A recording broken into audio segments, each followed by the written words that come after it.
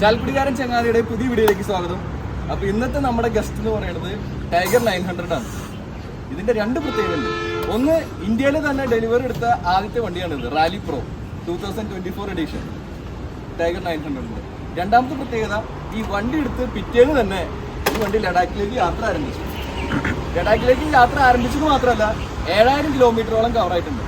അപ്പോൾ ഇന്നത്തെ നമ്മുടെ വീഡിയോയിൽ ഈ വണ്ടിയുടെ കുറച്ച് ടെക്നിക്കൽ സ്പെസിഫിക്കേഷൻ, പിന്നെ ലഡാക്കിലേക്ക് പോയ 7000 കിലോമീറ്ററിന്റെ വിശേഷം. അപ്പോൾ എല്ലാവർക്കും വീഡിയോയിലേക്ക് സ്വാഗതം. അപ്പോൾ ഇങ്ങനെയുള്ള വണ്ടികളുടെ പ്രത്യേകത എന്ന് പറഞ്ഞാൽ ഓൾറെഡി നിങ്ങൾക്ക് അറിയാവുന്നതായിരിക്കും. നമ്മളൊരു സ്റ്റാൻഡ് ഇട്ട് ഇറങ്ങും കയറും ചെയ്യണം. കാരണം ഇതിന്റെ സീറ്റ് ഹൈറ്റ് ഏറ്റവും ലോവർ പൊസിഷനിൽ വെച്ചാൽ പോലും 860 mm ഹൈറ്റ് ഉണ്ട്. 860 mm ഹൈറ്റ് എന്ന് പറയുമ്പോൾ ഞാനിപ്പോൾ 5 feet 11 inches 5.11 എനിക്ക് കാല് ഇത്ര എത്തുള്ളൂ, ഫ്ലാറ്റ് ഫുട്ട് ചെയ്യാം. അപ്പോൾ ഒരു 6 അടിയെങ്കിലും ഹൈറ്റുള്ള ആൾക്കാർക്കും കാല് കുറച്ചും കൂടി കംഫർട്ടായിട്ട് വെക്കാൻ പറ്റും. പിന്നെ ഇതിന്റെ ഹൈറ്റ് നമുക്ക് കൂട്ടാൻ പറ്റും. 860 എന്നുള്ളത് 880 mm വരെ ആക്കാൻ പറ്റും. പിന്നെ ഇതിന്റെ ഹൈറ്റ് കുറഞ്ഞ സീറ്റ് കിട്ടുമോ എന്നുള്ള കാര്യം നമ്മൾ ടൈം ഫീച്ച് നോക്കിയായിട്ടിരിക്കുന്നു. അപ്പോൾ നമ്മൾ വണ്ടിയിൽ നിന്ന് ഇറങ്ങുന്നത് ഇങ്ങനെ തന്നെയാണ്. ഈ വണ്ടിയുടെ വീൽ ബേസ് എന്ന് പറയുന്നത് 1.5 മീറ്ററോളാണ്, 1550 mm. കാരണം അത്രയും തന്നെ ഈ വണ്ടിക്ക് നീളമുണ്ട്. ട്രാഫിക്കിന്, സിറ്റി ട്രാഫിക്കിൽ ഉപയോഗിക്കുമ്പോൾ നമുക്ക് ഈ വീൽ ബേസ് ഒരു ചെറിയ പ്രശ്നമാണ്. അതിലുപരി ഇതിന്റെ 888cc എഞ്ചിന്റെ ഹീറ്റിംഗ് നമുക്ക് സിറ്റിയിൽ ഉപയോഗിക്കാൻ ഭയങ്കര പാടാണ്. അപ്പോൾ നിങ്ങൾ വിചാരിക്കണ്ടാവും ആദ്യം തന്നെ നെഗറ്റീവ് അടിക്കുകയാണോ? അല്ല, ആകെ കൂടി 1-2 നെഗറ്റീവോട് പറയാനുള്ളൂ. അപ്പോൾ അത് പറഞ്ഞിട്ട് ഈ കാര്യങ്ങളിലേക്ക് കടക്കാമെന്ന് വിചാരിച്ചിട്ടാണ്. അപ്പോൾ ഇതിന് ഇത്രയും നീളമുള്ളത് കൊണ്ട് സിറ്റി ട്രാഫിക്കിൽ നമുക്ക് കട്ട് ചെയ്ത് കയറാൻ ഇതിന് ബുദ്ധിമുട്ടുണ്ട്. രണ്ടാമത്തെ കാര്യം, 888cc 3 cylinder T plane crankshaft എഞ്ചിന്റെ ഹീറ്റിംഗ് നമുക്ക് സിറ്റി ട്രാഫിക്കിൽ ബുദ്ധിമുട്ടായിരിക്കും. അപ്പോൾ ബാക്കി വിശേഷങ്ങൾ കിടക്കാം. അപ്പോൾ ഈ വണ്ടി കണ്ടു കഴിഞ്ഞാൽ നിങ്ങൾ വിചാരിക്കും, ഇതെന്ത് ഇങ്ങനെ കൊണ്ടുനടക്കുന്നത്? ഇതിങ്ങനെ കൊണ്ടുനടക്കണതല്ല, ഞങ്ങൾ ലഡാക്കിൽ നിന്ന് വരുന്ന വഴിയാണ്. ഞങ്ങളിപ്പോൾ ചണ്ഡീഗഡിൽ നിന്ന് സംസാരിക്കുന്നത്. ഈ വണ്ടി ഡെലിവറി എടുത്ത് പിറ്റേന്ന് തന്നെ നമ്മൾ PPF ചെയ്യുകയാണ് ചെയ്തത്. അതിൻ്റെ പിറ്റേ ദിവസം തന്നെ ലഡാക്കിലേക്ക് സ്റ്റാർട്ട് ചെയ്തു. ഇപ്പോൾ ഏകദേശം 7000 കിലോമീറ്റർ നമ്മൾ ഓടിയിട്ടുണ്ട്. അപ്പോൾ ഈ വണ്ടി നമുക്ക് ഫ്രണ്ടിൽ നിന്ന് കാണുന്ന പോലെ തന്നെ ഇത് വരുന്നത് ഷോവയുടെ സസ്പെൻഷനാണ്. ഷോവയുടെ അബ്സർവ് എന്ന് പറയുമ്പോൾ നമുക്കിത് 45 mm വരെ അഡ്ജസ്റ്റബിൾ ആണ്. ഇത് ടോട്ടൽ ട്രാവൽ 240 ഉണ്ട് എന്ന് പറയുമ്പോൾ ഞങ്ങളിപ്പോൾ ലഡാക്കിൽ പോയി, ഉംലിംഗിൽ പോയി, പാങ്കോങ്ങിൽ പോയി. റോഡ് ഉള്ളതുണ്ട്, ഓൺ റോഡ് ഉണ്ട്, ഓഫ് റോഡ് ഉണ്ട്, കുന്നുണ്ട്, മലയുണ്ട്, അരുവിയുണ്ട്, നീർച്ചാലുണ്ട്. സാൻഡിലൊക്കെ കയറുമ്പോൾ സാൻഡിൽ കയറിയപ്പോഴാണ് നമുക്ക് ശരിക്കും ടയർ ഓഫ് റോഡ് ടയർ ഇടാന്ന് തോന്നി. സാൻഡിൽ കയറി അല്ലെങ്കിൽ ലൂസ് മണ്ണിലൊക്കെ കയറുമ്പോൾ നമുക്ക് ബാക്ക് ടയർ ഒന്ന് ചെറുതായിട്ട് സ്കിഡ് ആവുന്ന പോലെ തോന്നി. ഓക്കെ, അപ്പോൾ നമുക്ക് ഫ്രണ്ട് ഷോവയുടെ സസ്പെൻഷനാണ് വരുന്നത്. ഇത് 240 mm ട്രാവൽ ഉണ്ട്, 45 mm നമുക്ക് അഡ്ജസ്റ്റബിളും ചെയ്യാവുന്നതാണ്. ബാക്കിലും ഷോവയുടെ തന്നെ വരുന്നത്. ഇത് മോണോ സസ്പെൻഷനാണ്. ഇതും 230 mm വരെ ട്രാവൽ ചെയ്യുന്നതാണ്. ഇതും നമുക്ക് അഡ്ജസ്റ്റബിൾ ആണ്. അതുപോലെ തന്നെ റൈഡിങ് മോഡ് അനുസരിച്ച് ഈ 2 അബ്സോർബറും ഷോക്ക് അബ്സോർബറും അഡ്ജസ്റ്റ് ആവും, ഓട്ടോമാറ്റിക്കലി അഡ്ജസ്റ്റ് ആവും. ഇപ്പോൾ റൈഡിങ് മോഡ് കാണിക്കുമ്പോൾ നമുക്ക് കാണിക്കാൻ പറ്റും. നമുക്ക് 2024 ടൈഗർ 900 വന്നേക്കണ മെയിൻ 2 ഡിഫറൻസിൽ ഒന്നെന്ന് പറയുന്നത്, എൻജിൻ 888cc ആണ് കീപ്പ് ചെയ്തെങ്കിലും അതിൻ്റെ ട്യൂണിങ് പവർ കൂടിയിട്ടുണ്ട്. 102 or 104 PS ആയിരുന്നു മുമ്പത്തെ പവറിന്. ഇതിപ്പോൾ 108 PS പവർ ഉണ്ട്. അതിലുപരി മുമ്പ് ഉണ്ടായിരുന്ന ആ ചെറിയ വൈബ്രേഷൻ പോലും ഈ പ്രാവശ്യം അവർക്ക് ഒപ്റ്റിമൈസ് ചെയ്യാൻ കഴിഞ്ഞിട്ടുണ്ട്. എൻജിനിലെ ആ ഒരു എന്താ പറയുക ഡെവലപ്മെൻറ്റും ഹാൻഡിലിലെ ഡാമ്പിങ്ങും വൈബ്രേഷൻ ഡാമ്പിങ് ചെയ്തിട്ടുണ്ട്. ഈ വൈബ്രേഷൻ ഡാമ്പിങ് ഉള്ളതുകൊണ്ട് തന്നെ നമുക്ക് ഹാൻഡിലിൽ ഒട്ടും വൈബ്രേഷനോ അടിയോ കിട്ടുന്നില്ല. ഇതാണ് മെയിനായിട്ട് 2024 എഡീഷനിൽ വന്നേക്കുന്ന ചേഞ്ച്. ഇനി എൻജിൻ്റെ കാര്യത്തിലേക്ക് വരുമ്പോൾ 3 സിലിണ്ടർ ആണ്. 3 സിലിണ്ടർ ടീ പ്ലെയിൻ ക്രാങ്ക്ഷാഫ്റ്റ് എൻജിനാണ് നമുക്കിത് വരുന്നത്. ഇതൊന്നും കാണിച്ചു കൊടുത്തത് എക്സോസ്റ്റിലേക്ക് കണ്ടോ, നമ്മുടെ 3 സിലിണ്ടറിൽ നിന്നുള്ള എക്സോസ് പൈപ്പാണ് ആ കാണുന്നത്. അതുപോലെ തന്നെ ഇതിൻ്റെ ഫയറിങ്ങിൻ്റെ ഓർഡർ മാറിയിട്ടുണ്ട്. എൻ്റെ ഓർമ്മ ശരിയാണെങ്കിൽ 132 ആണ് ഇപ്പോൾ ഫയറിങ് വരുന്നത്. അതുപോലെ തന്നെ നമുക്ക് ഇതിൻ്റെ മാക്സിമം പവർ 108 PS ഔട്ട്പുട്ട് എടുക്കുന്നത് 9500 RPM-ലാണ്. അതുപോലെ തന്നെ 90 Nm ടോർക്ക് എടുക്കുന്നത് 6500 RPM തന്നെ നമുക്ക് കിട്ടും.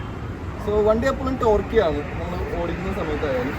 പിന്നെ നമുക്കിതിൽ എഞ്ചിൻ്റെ വേറൊരു പ്രത്യേകത എന്ന് പറഞ്ഞാൽ ക്ലച്ച് അസിസ്റ്റ് ഉണ്ട്. ട്രയംഫ് തന്നെ വിളിക്കുന്നത് ട്രയംഫിൻ്റെ ക്ലച്ച് അസിസ്റ്റ് ഫീച്ചർ എന്നാണ്. അപ്പ് ഷിഫ്റ്റ് ചെയ്യണമെങ്കിലോ ഡൗൺ ഷിഫ്റ്റ് ചെയ്യണമെങ്കിലോ ക്ലച്ച് ഇല്ലെങ്കിലും നമുക്ക് ചെയ്യാൻ പറ്റും. അതാണ് നമുക്ക് ആ ഒരു ഫീച്ചർ അഡീഷണൽ വന്നിരിക്കുന്നത്. പിന്നെ നമുക്ക് ഫ്രണ്ടിൽ ഡ്യുവൽ ഡിസ്ക് ബ്രേക്ക് വന്നിരിക്കുന്നത്. ബ്രെംബോയുടെ 320 mm ആണ് വന്നിരിക്കുന്നത്. ബ്രേക്കിംഗ് ഒക്കെ പക്കയാണ്. അല്ലെങ്കിലും ടോപ്പ് സ്പീഡ് 206 km/h സ്പീഡുള്ള വണ്ടിക്ക് ബ്രേക്കിംഗ് കൊടുക്കുമ്പോൾ അങ്ങനെ കൊടുക്കണമല്ലോ. ബാക്കിൽ നമുക്ക് ബ്രംബോയുടെ തന്നെ സിംഗിൾ ഡിസ്ക് ആണ് വന്നേക്കുന്നത്. 255 mm ഡിസ്ക് ആണ് ബാക്കിൽ, 320 mm ആണ് ഫ്രണ്ടിൽ. പിന്നെ ഇതിന് വേറൊരു ട്രയംഫിന്റെ എഞ്ചിനീയറിംഗ് ഇതെന്ന് പറയുന്നത് ഫ്രണ്ടിൽ ബ്രേക്ക് നമ്മൾ ഒരു റേഷ്യോ കൂടുതൽ അപ്ലൈ ചെയ്താൽ ഓട്ടോമാറ്റിക്കലി ബാക്കിൽ ബ്രേക്ക് അപ്ലൈ ആവും. അതായത് ഫ്രണ്ടിൽ ബ്രേക്ക് പിടിച്ച് കുത്തണ ഒരു സംഭവം വരില്ല. ബാക്ക് ബ്രേക്ക് ഓട്ടോമാറ്റിക്കലി ട്രയംഫ് തന്നെ അവരുടെ ഒരു അസിസ്റ്റ് ഫീച്ചർ കൊടുത്തിട്ടുണ്ട്. പിന്നെ എക്സോസ്റ്റ് നോട്ട് നമ്മൾ അവസാനം കേൾപ്പിക്കുന്നതായിരിക്കും. അതുപോലെ നമുക്കിപ്പോൾ പുതിയ ഡിസ്പ്ലേ വന്നേക്കുന്നത് 7 ഇഞ്ച് TFT കളർ ഡിസ്പ്ലേ ആണ്. ഇതിൽ നമുക്ക് അത്യാവശ്യം എല്ലാ ഫീച്ചറും തന്നെ ഇതിൽ കാണാൻ പറ്റും. ഇതിൻ്റെ പ്രധാന പ്രത്യേകത ഈ വണ്ടിയിലെ കൂളൻ്റ് ലെവല്, അതുപോലെ tyre pressure monitoring system, engine oil level, engine oil pressure, അതെല്ലാം നമുക്ക് ഡിസ്പ്ലേയിൽ വാണിംഗ് ആയിട്ട് കിട്ടും. പിന്നെ നമുക്ക് ഈ വണ്ടിയിൽ വരുന്നത് 6 റൈഡിംഗ് മോഡാണ്. അതിൽ road, rain, sport, off road pro, പിന്നെ കസ്റ്റമൈസ് ചെയ്യാവുന്ന റൈഡർ എന്ന് പറഞ്ഞ ഒരു മോഡും കൂടി ഉണ്ട്. ഈ ഓഫ് റോഡ് പ്രോയ്ക്ക് ആകുമ്പോൾ നമുക്ക് ഫുള്ളായിട്ട് ട്രാക്ഷൻ കൺട്രോളും ABS-ഉം ഫ്രണ്ടും ബാക്കും ഓഫ് ചെയ്തിടാൻ പറ്റും. അതായത് വീല് സ്പിൻ ചെയ്യണമെന്നൊക്കെ വിചാരിച്ചു കഴിഞ്ഞാൽ ഓഫ് റോഡ് പ്രോയിലിട്ട് നമുക്ക് വീൽ സ്പിന്നൊക്കെ ചെയ്യാം. പിന്നെ ഇതിലെ ഫീച്ചർ എന്ന് പറയുന്നത് നമുക്ക് SMS എടുക്കാനോ ഫോൺ ചെയ്യാനോ നാവിഗേഷൻ നമുക്ക് ഫുള്ള് നമ്മുടെ ഗൂഗിൾ മാപ്പ് പോലെ കിട്ടില്ല കേട്ടോ. നമുക്ക് ആരോ വൈസ് ആയിട്ട് നാവിഗേഷൻ കിട്ടുള്ളൂ. പിന്നെ GoPro ക്യാമറ കൺട്രോൾ ചെയ്യാൻ നമുക്ക് ഇതിൽ തന്നെ പറ്റും. പിന്നെ മ്യൂസിക് ഓൾറെഡി ഉണ്ട്. പിന്നെ കൂടുതൽ റൈഡേഴ്സ് ഒരുമിച്ച് പോകുമ്പോൾ നമുക്ക് ഇന്റർകോം ഉപയോഗിക്കാൻ പറ്റും.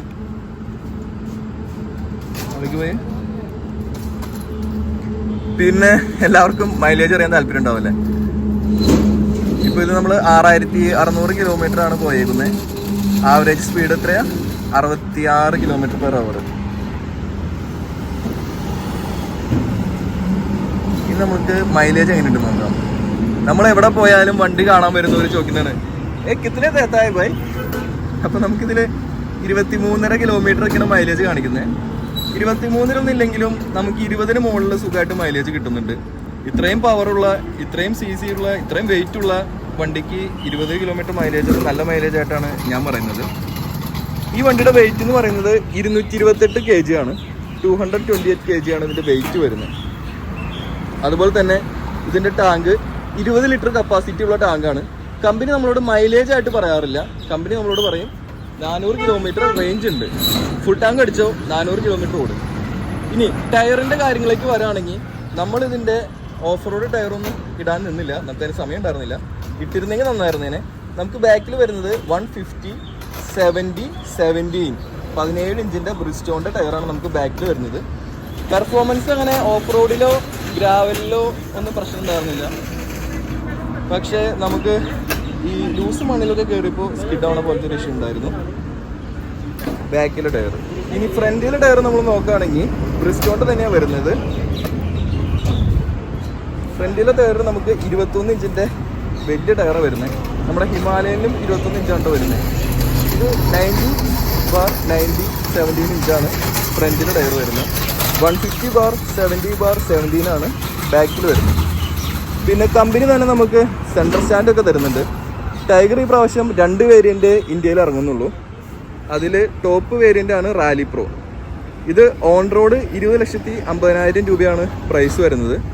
പിന്നെ നമ്മളിതുമോ എക്സ്ട്രാ ആക്സസറീസ് അടിച്ച് പാനിയേഴ്സ് ചെയ്തിട്ടുണ്ട്. അതായത് ഈ സൈഡിലൊരു ബോക്സ്, ഇതിൻ്റെ മറ്റ് വീഡിയോ കണ്ടേക്കുന്നവർ ഓൾറെഡി കണ്ടിട്ടുണ്ടാവും. 2 ബോക്സ് വരും, ടോപ്പ് ബോക്സ് വരും. ഇത് സ്ലൈഡിങ് ടോപ്പ് ബോക്സ് ആണ്. അതായത് നമ്മൾ കോർണറിംഗ് ഒക്കെ എടുക്കുന്ന സമയത്ത് വെയിറ്റ് അഡ്ജസ്റ്റ് ചെയ്യാനായിട്ട് ബോക്സ് അങ്ങോട്ടും ഇങ്ങോട്ടൊക്കെ മൂവ് ചെയ്യും. പിന്നെ നമുക്ക് ഫുള്ള് LED ലൈറ്റ് വരുന്നത്. ബ്രേക്ക് ലൈറ്റ് ആയാലും ഇൻഡിക്കേറ്റർ ആയാലും ഫ്രണ്ടിലെ ആയാലും എല്ലാം LED ലൈറ്റ്സ് ആണ് നമുക്ക് വരുന്നത്. ഓക്സിലറി ലൈറ്റ് കമ്പനി തന്നെ ഫിറ്റ് ചെയ്ത് വരുന്നതാണ്. എനിക്ക് തോന്നുന്നത് റാലി പ്രോയിൽ ഓക്സിലറി ലൈറ്റും ഈ താഴത്തെ ബാഷ് പ്ലേറ്റും എല്ലാം വരുന്നുണ്ട്. അതുപോലെ തന്നെ ഹൈറ്റും റാലി പ്രോയിൽ കൂടുതലാണ് നോർമൽ വേരിയൻ്റ് വെച്ച് നോക്കുമ്പോൾ.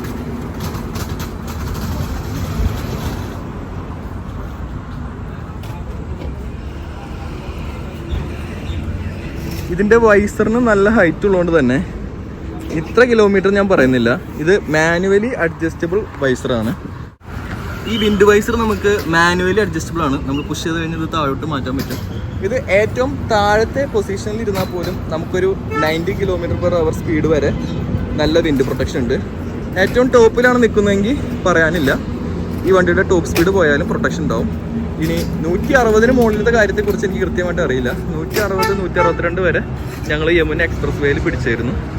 നമുക്ക് ഒരു വിൻഡും വന്നില്ലായിരുന്നു മുഖത്ത്. ഇതിൻ്റെ ഗുണം പോലെ തന്നെ ഒരു ദോഷം എന്താണെന്ന് വെച്ച് കഴിഞ്ഞാൽ ഈ വൈസർ എപ്പോഴും ക്ലീൻ ചെയ്തുകൊണ്ടിരിക്കണം. കാരണം നമ്മൾ ഈ പൊസിഷനിൽ നിന്ന് എപ്പോഴും നോക്കുമ്പോൾ വൈസറിൽ കൂടെ കാണുള്ളൂ, അല്ലാതെ വൈസറിൻ്റെ മുകളിൽ കൂടെ കാണുന്നൊരു പരിപാടിയില്ല. അപ്പോൾ വൈസർ ക്ലീൻ അല്ലെങ്കിൽ നമുക്ക് ഭയങ്കര ബുദ്ധിമുട്ടാണ്. അതുപോലെ തന്നെ അതിന് സ്ക്രാച്ചോ എന്തെങ്കിലും വന്നു കഴിഞ്ഞാൽ റിഫ്ലക്ഷനും ഭയങ്കര ബുദ്ധിമുട്ടാണ്. ഈ വണ്ടിയുടെ മിററിൽ നിന്നൊന്നും നമുക്ക് ഒരു കമൻറ്റും പറയാനില്ല. നല്ല വ്യൂ ഉണ്ടെന്നാണ്. ഞാനിത് ഒരുപാട് റൈഡ് ചെയ്തിട്ടില്ല. ഇതിൻ്റെ റൈഡർ അഥവാ ഓണർ ജിനു പറഞ്ഞത് മിറർ നല്ല വിസിബിലിറ്റി ഉണ്ട്, സൈഡ് കൃത്യമായിട്ട് കിട്ടുന്നതാണ്. പിന്നെ നമ്മുടെ ഫോർക്ക് പ്രൊട്ടക്ഷൻ ക്ലച്ചൽ അഡ്ജസ്റ്റബിൾ ആണ്, ബ്രേക്ക് അഡ്ജസ്റ്റബിൾ ആണ്. ഈ ഫോർക്ക് പ്രൊട്ടക്ഷൻ ഞാൻ എടുത്ത് പറയാൻ കാരണം ഇത് ഫോർക്ക് മോഡൽ ലിവർ പ്രൊട്ടക്ട് ചെയ്തില്ലെങ്കിലും നമ്മൾ ഈ ലഡാക്കിലും അവിടെ ഇവിടെയൊക്കെ പോകുമ്പോൾ തണുത്ത കാറ്റടിക്കുന്ന നമ്മുടെ കൈക്ക് നല്ല പ്രൊട്ടക്ഷൻ കിട്ടുന്നുണ്ട്. എൻ്റെ വണ്ടിക്ക് അതില്ല. ഞാനത് കാരണം കൈ വിരൽ നന്നായിട്ട് തണുത്തായിരുന്നു. ഈ വണ്ടിക്ക് ഉണ്ടായിരുന്നു, ഡോമിനാറിനും ഉണ്ടായിരുന്നു.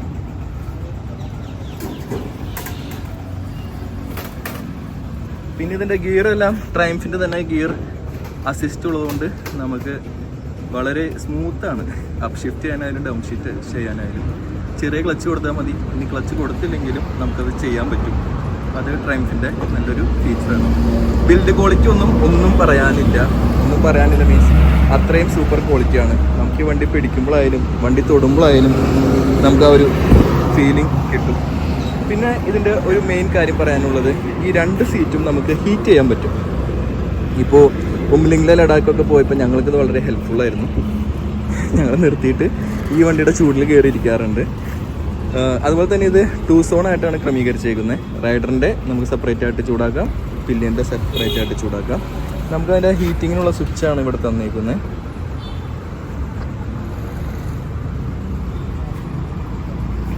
അതുപോലെ തന്നെ നമ്മുടെ ഹാൻഡിൽ ഗ്രിപ്പിന് നമുക്ക് ഹീറ്റിംഗ് വരുന്നുണ്ട്. ഇതിനാണ് ബട്ടൺ തന്നേക്കുന്നത്.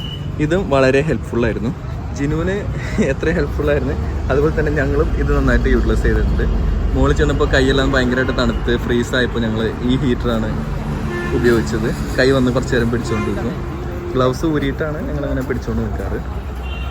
അപ്പോൾ ഹീറ്റഡ് ഗ്രിപ്പും ഹീറ്റ് സീറ്റ്സും നല്ല യൂസ്ഫുള്ളായിരുന്നു ശരിക്കും പറയുകയാണെങ്കിൽ. ഹീറ്റഡ് ഗ്രിപ്പ് പോലെ തന്നെ നമുക്ക് പ്രധാനമായിട്ട് കിട്ടുന്ന മറ്റൊരു ഫീച്ചറാണ് ഇതിൻ്റെ ക്രൂയിസ് കൺട്രോൾ. ഇതിൽ നമുക്ക് ക്രൂയിസ് കൺട്രോൾ വരുന്നുണ്ട്. സ്പീഡ് സെറ്റ് ചെയ്ത് നമുക്ക് ഓടിക്കാൻ പറ്റും. അപ്പോൾ സ്ട്രേറ്റ് വേ അല്ലെങ്കിൽ നമുക്ക് ഫ്രണ്ടോട്ട് ഒരുപാട് വ്യൂ ഉള്ള സമയത്ത് നമുക്ക് ആ ക്രൂയിസ് കൺട്രോൾ വെച്ച് വണ്ടി ഉപയോഗിക്കാൻ പറ്റും.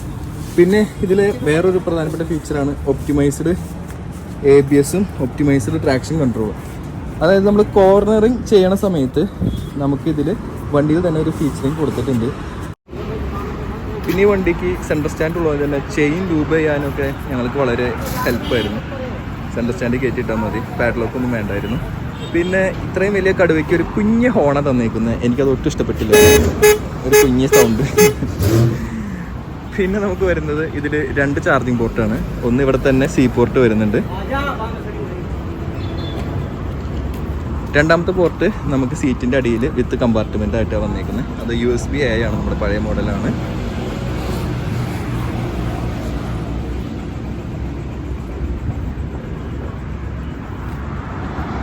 പിന്നെ ഹെഡ്ലൈറ്റിൻ്റെ ത്രോയൊന്നും ഒരു കംപ്ലൈൻറ്റും പറയാനില്ല എന്നാണ് ജിനു പറഞ്ഞത്. ഹെഡ്ലൈറ്റ് എല്ലാം വളരെ, ഞാൻ രാത്രി അങ്ങനെ ഈ വണ്ടി ഓടിച്ചില്ലായിരുന്നു. ഹെഡ്ലൈറ്റ് എല്ലാം വളരെ ക്ലിയറാണ്, നല്ല വിസിബിലിറ്റി ഉണ്ട്. പിന്നെ ഓക്സിലറി ലൈറ്റ് അങ്ങനെ ഒരുപാട് ഫ്രണ്ടിലേക്ക് കിട്ടുന്നില്ല. ഞാൻ ജസ്റ്റ് ബാക്കിൽ നോക്കിയപ്പോൾ ജസ്റ്റ് 9 വാട്ട്സിൻ്റെ ആണ് ഓക്സിലറി ലൈറ്റ്. പിന്നെ നമ്മളതിൽ നിന്ന് വലിയൊരു ലൈറ്റ് പ്രതീക്ഷിക്കുന്നതിൽ വലിയ അറിയില്ല.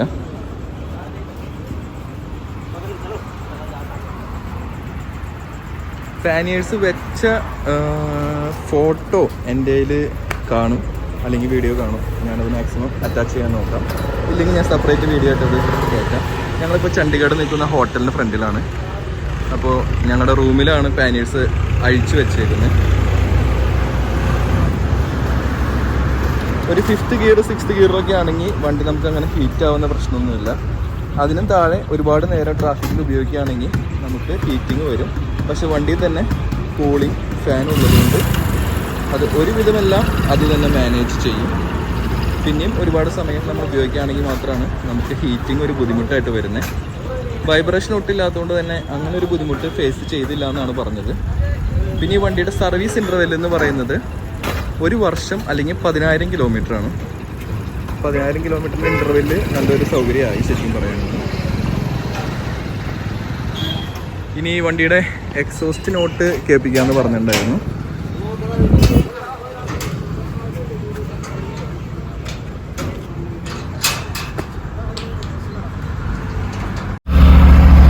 ഇതാണ് വണ്ടിയുടെ ഐഡിയൽ എക്സോസ്റ്റ് നോട്ട്.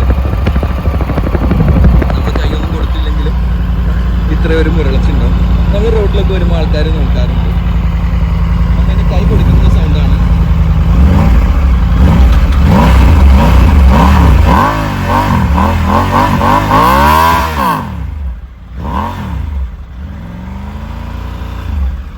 ഇത്രയും സൗണ്ട് നമുക്ക് എക്സോസ്റ്റിന് കിട്ടുന്നുണ്ട്. ഇത് സ്റ്റോക്ക് എക്സോസ്റ്റ് ആണ് വരുന്നത്.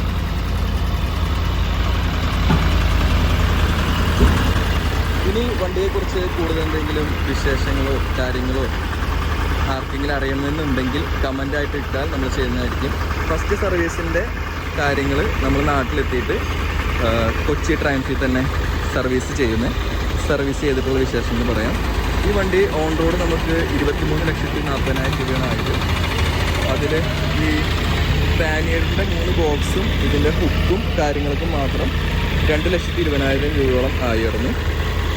പിന്നെ നമ്മളിതിൻ്റെ അഡീഷണൽ ഇത്രയും യാത്ര ചെയ്യുന്നതുകൊണ്ട് ഒരു ബ്രേക്ക് പാഡ് മേടിച്ച് വെച്ചിരുന്നു. പിന്നെ കാണുന്ന ഫോർക്ക് പ്രൊട്ടക്ടറും നമ്മൾ അഡീഷണൽ ആക്സസറീസ് ആയിട്ട് ട്രയംഫിൽ തന്നെ മേടിച്ച് വെച്ചതാണ്. പിന്നെ ഇതാണ് ഇതിൻ്റെ ബ്രൈറ്റ് ഹെഡ്ലൈറ്റും കാര്യങ്ങളൊക്കെ വരുന്നത്. നമുക്കിത് ശ്യാമ ഡൈനാമിക്സ് വൈറ്റിലേക്കുള്ള ട്രയംഫ് ഷോറൂമിനാണ്. അവിടെ സെയിൽസ് എക്സിക്യൂട്ടീവായ ഹർഷലാണ് നമുക്ക് സെറ്റ് ചെയ്ത് തന്നത്. നമ്മൾ അഡ്വാൻസ് കൊടുത്ത് 20 ദിവസം കൊണ്ട് തന്നെ വണ്ടി ചെയ്തു തന്നിരുന്നു. ഹർഷാലിന് പ്രത്യേകം താങ്ക്സ്. സർവീസും കൂടുതൽ അപ്ഡേറ്റ്സൊക്കെ ആയിട്ട് അടുത്ത വീഡിയോയിൽ വീണ്ടും അപ്ഡേറ്റ് ചെയ്യുന്നതായിരിക്കും. അപ്പോൾ 2024 ട്രയംഫ് ടൈഗർ 900 റാലി പ്രോയുടെ റിവ്യൂ ആണ് നിങ്ങൾ കണ്ടത്.